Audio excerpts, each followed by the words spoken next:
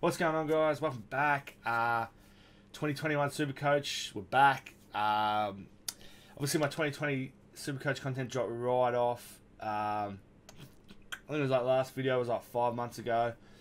Not sure what round it was, but basically, I just kind of lost interest in Supercoach. The whole coronavirus and the shortened season, like there was, games were too close together, players were getting rested. That round 3 situation when Melbourne's game got postponed, I was kind of chasing ass for the rest of the season, which I know a lot of people are in that position, so kudos to anyone who pushed through that. But yeah, I just kind of, I ended up finishing off the season, but I just wasn't really as invested in it as I normally am. I just didn't really have the motivation to make videos, to be honest. But anyway, 2020's done. 2021's here. Footy season's not far away, and I'm keen and just real keen to get back into Supercoach. So, going to be playing. Going to be doing a lot of Supercoach content. Going to be doing some footy card content as well. And just stuff kind of related to that on this channel. I've created another channel. It's just Big Old Crumb 69 Gaming. I game a heap. Stream over on Twitch. Link to that as well if you want to watch. And so any just kind of highlight videos and any good content, stuff like that. And I post on that channel because I love making gaming content. But I figure I'll just make a separate channel. If anyone's interested, you can follow along. That way, if you only want to watch Supercoach stuff, you're not going to be seeing like gaming videos and stuff you're not interested in. So yeah. But anyway, we'll check. I've got this is like my first draft. There's a couple of locks and there's some guys that aren't guaranteed yet, but we'll see where I finished last year. We'll just kind of go over that. So 5,742nd overall last year. So that's how we finished. Is there any way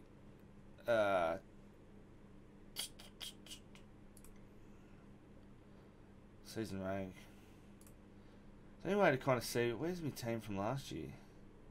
Honestly, don't even know what I finished on. My team that it was last year.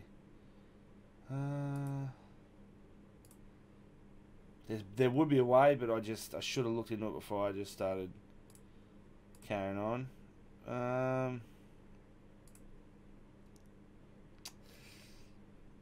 Can't remember my team, but it doesn't matter. But anyway, we'll jump into it. So this is my first draft for this year. So the back line, we got Jakey Lloyd, Rory Laird, and Zach Williams. Lloyd and Laird are locks for me. I know Lloyd's expensive, but he's just a king back there.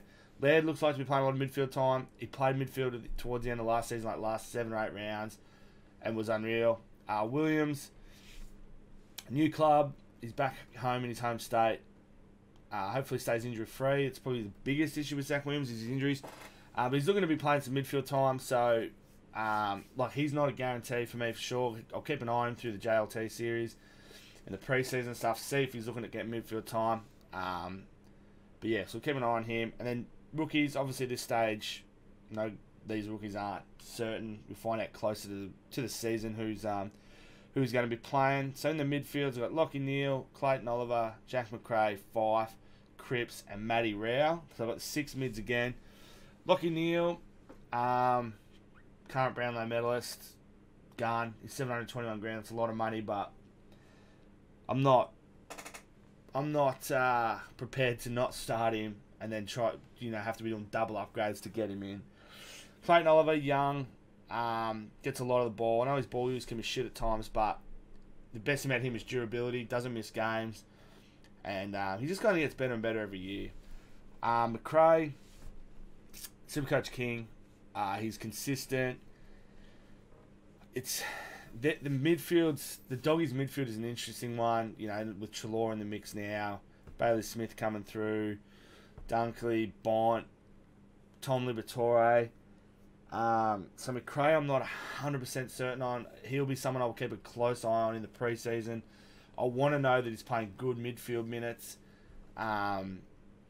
He's potentially someone who'd go out to a wing, because even Hunter can come into that midfield position as well. But it's just the Bulldogs have got so many midfielders and so many like genuinely good ones. So he's good. He's a Supercoach king, and at this moment he's in the team. But I will keep an eye on him if he's looking at playing at less midfield minutes and like maybe a wing role. I might not start him. I want Treloar. If he was at Collingwood, he'd be my starting side. But again, it's that midfield situation with the Doggies. But Treloar's he's someone I think you can pick because he's more likely to play more midfield than any of those other guys. Like Bont can play forward, Dunkley can play forward. You can put McRae out on a wing, but Treloar he's not really that midfielder that can go down forward and dominate.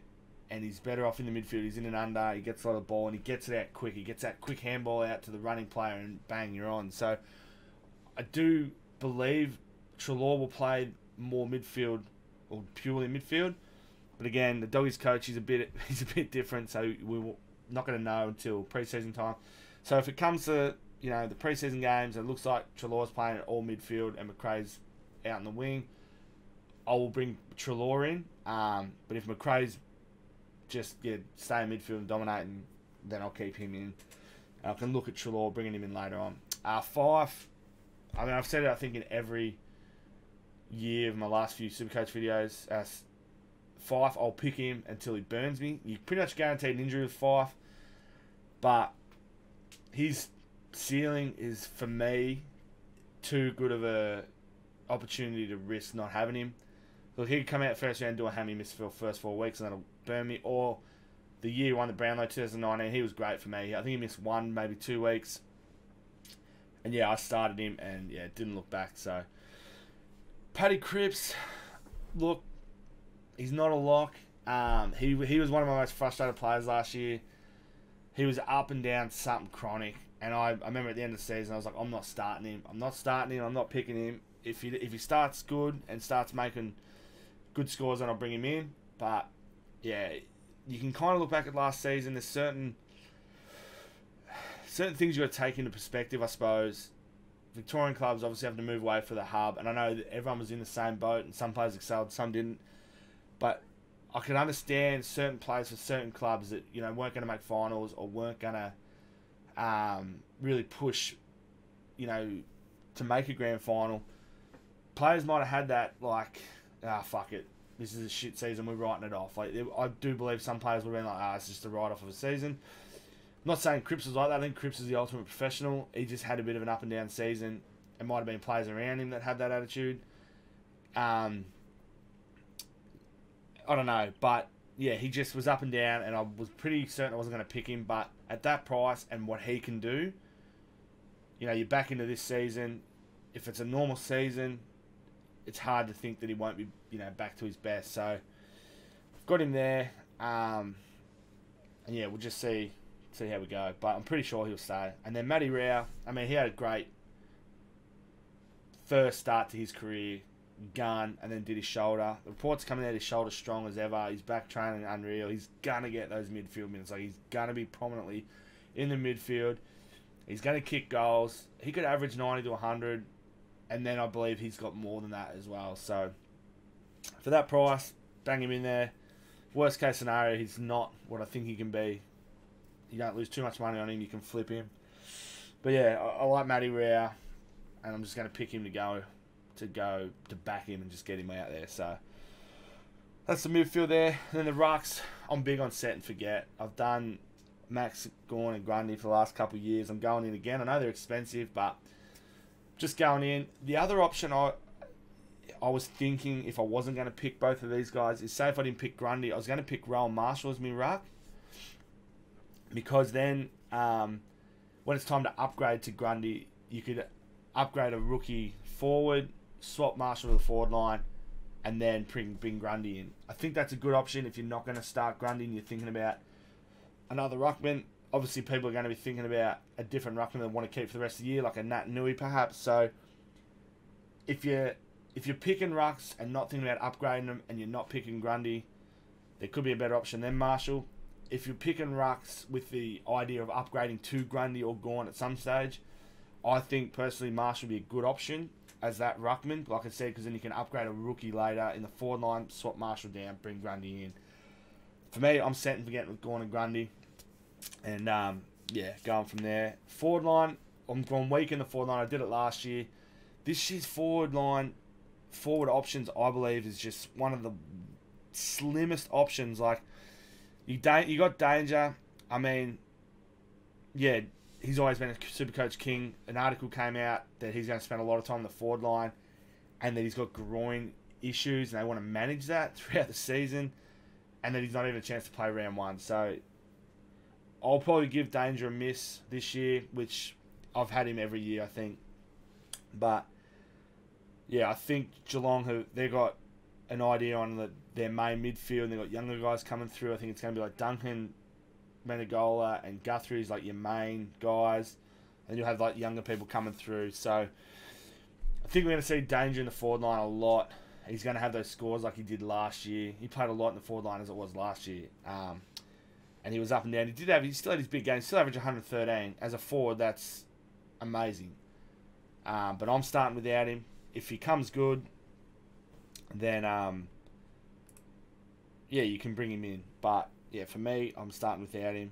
I can't remember what rookie I had there, but I'll just bring whoever this is in just to fill it. But yeah, and then yes, I've got just Dunkley and Marshall as my 2 primo starting there.